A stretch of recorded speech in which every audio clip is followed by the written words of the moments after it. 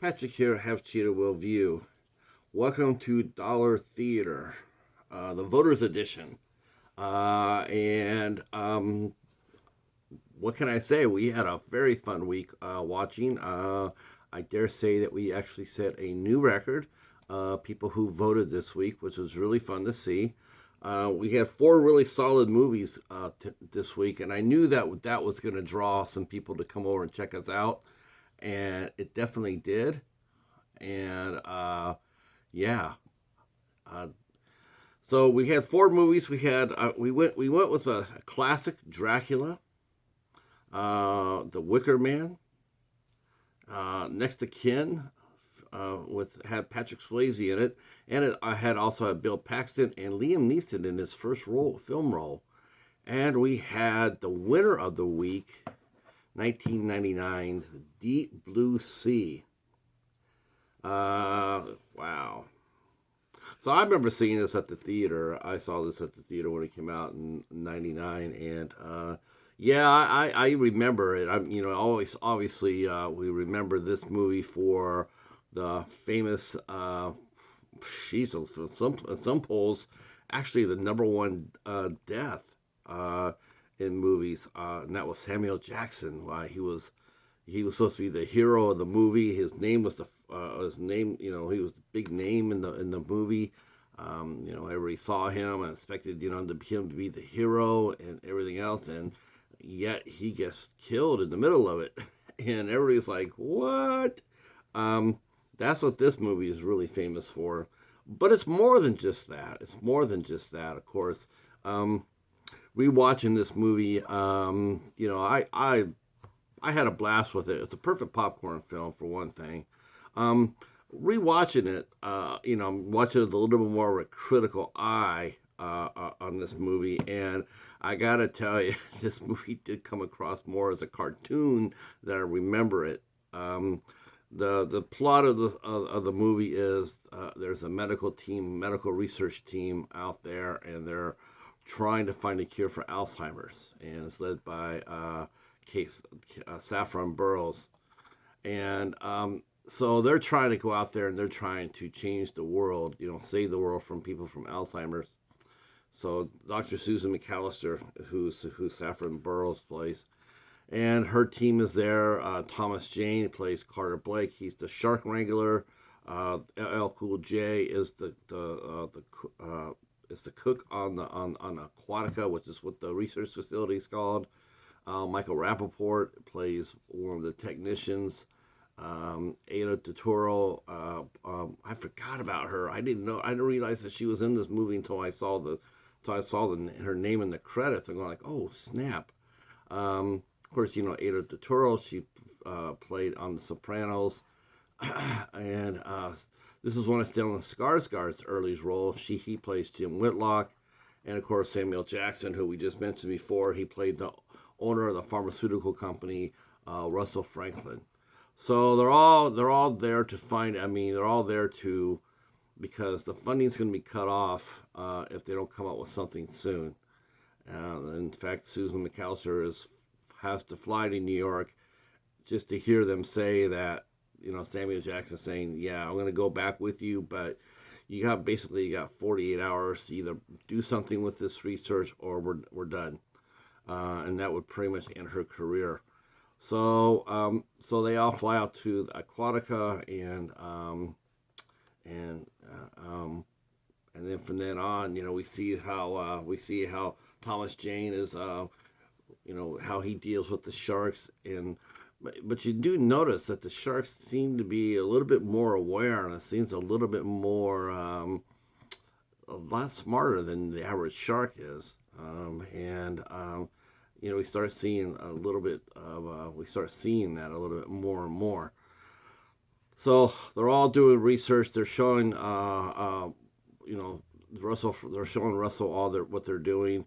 What they don't tell him until later is what they're doing is completely unethical. They are breaking all sorts of protocols in their research. They're basically cheating in order to, in unsafe conditions to to make this medicine to stop Alzheimer's, but they're doing it really unsafely, and was causing it. What they had to do was they weren't getting enough protein for this component that needs for the medicine.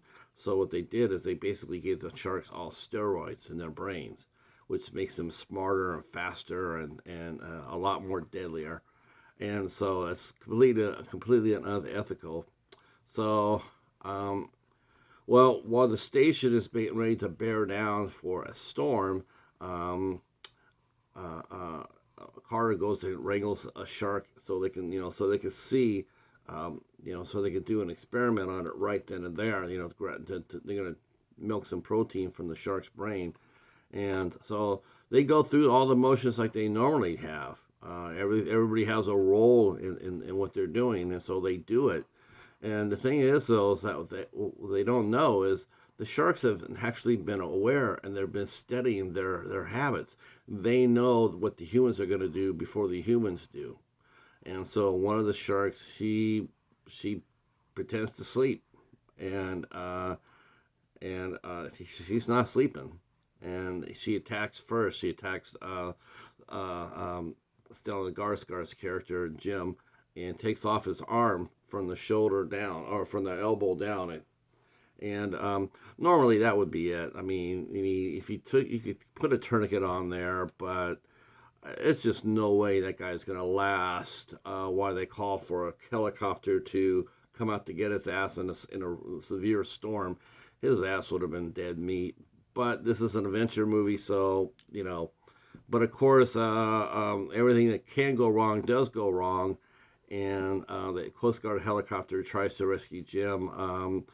When they try to haul him up, the cable freezes, um, and the sharks get a hold of the cable, and they lock it down, and that causes the helicopter to fly out of control and crashes into the main tower, killing the crew and also Ada Turtle's character, who is the radio operator, and it causes like I've seen helicopters crash before. I mean, we all probably have. They crash in fireballs, but they don't crash like the end of the world. And this is where Deep Blue Sea sort of misfires, and that is it causes this humongous explosions all over the facility. Basically, it's like, wow, if that's what happened to the facility for just a helicopter crash, I mean, I wouldn't want to be on there. I mean, holy crow.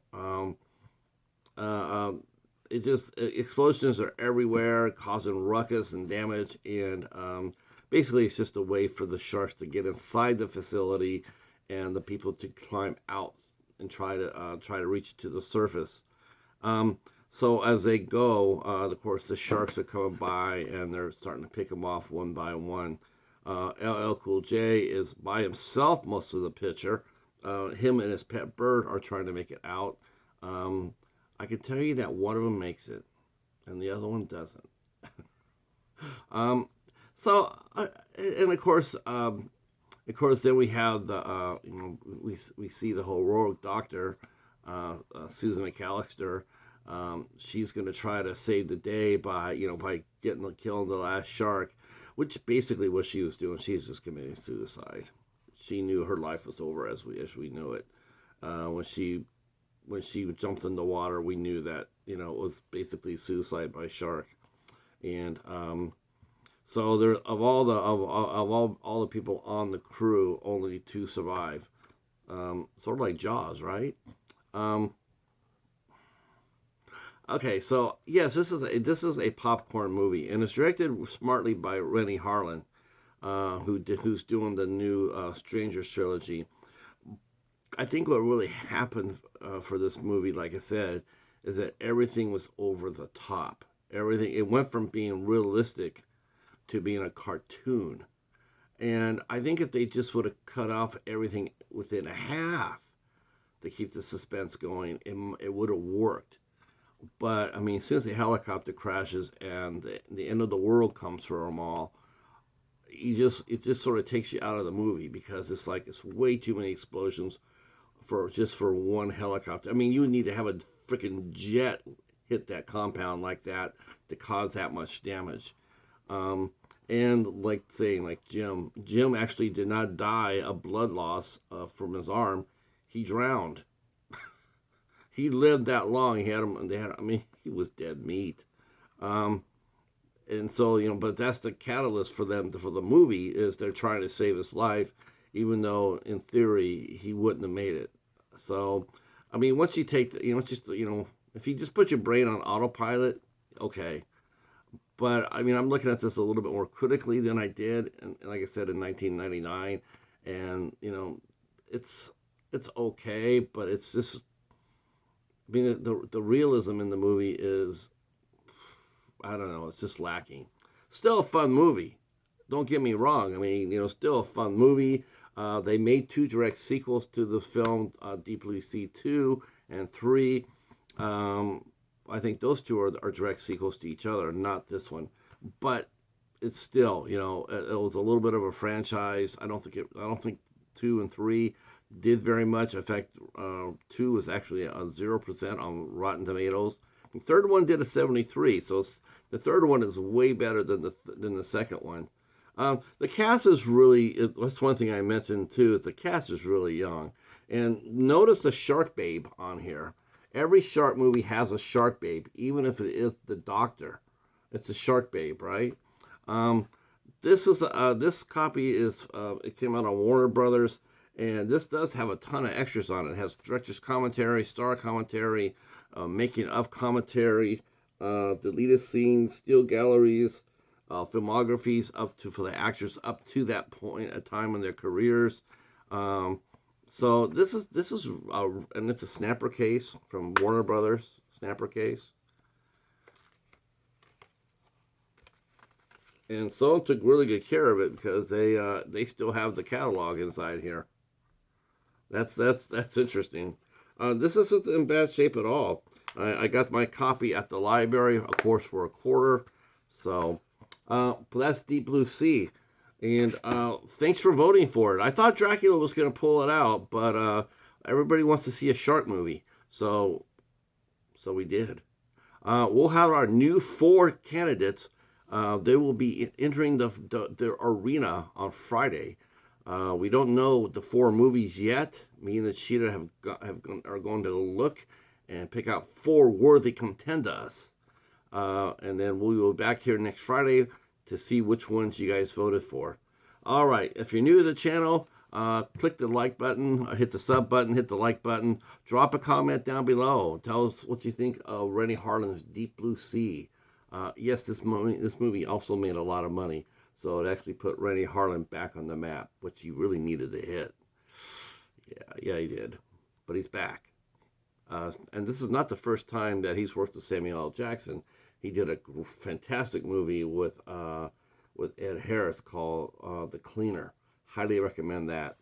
All right, that's it for us. Thanks for watching, and we will see you for the next one. Peace. Oh, shout out to my boy Josh, Hobbs Horror. He's in the hospital this weekend. And thinking about you, Hobbs, and keep fighting, brother. Don't give up, man. They got to do something for you. So, all right, that's it.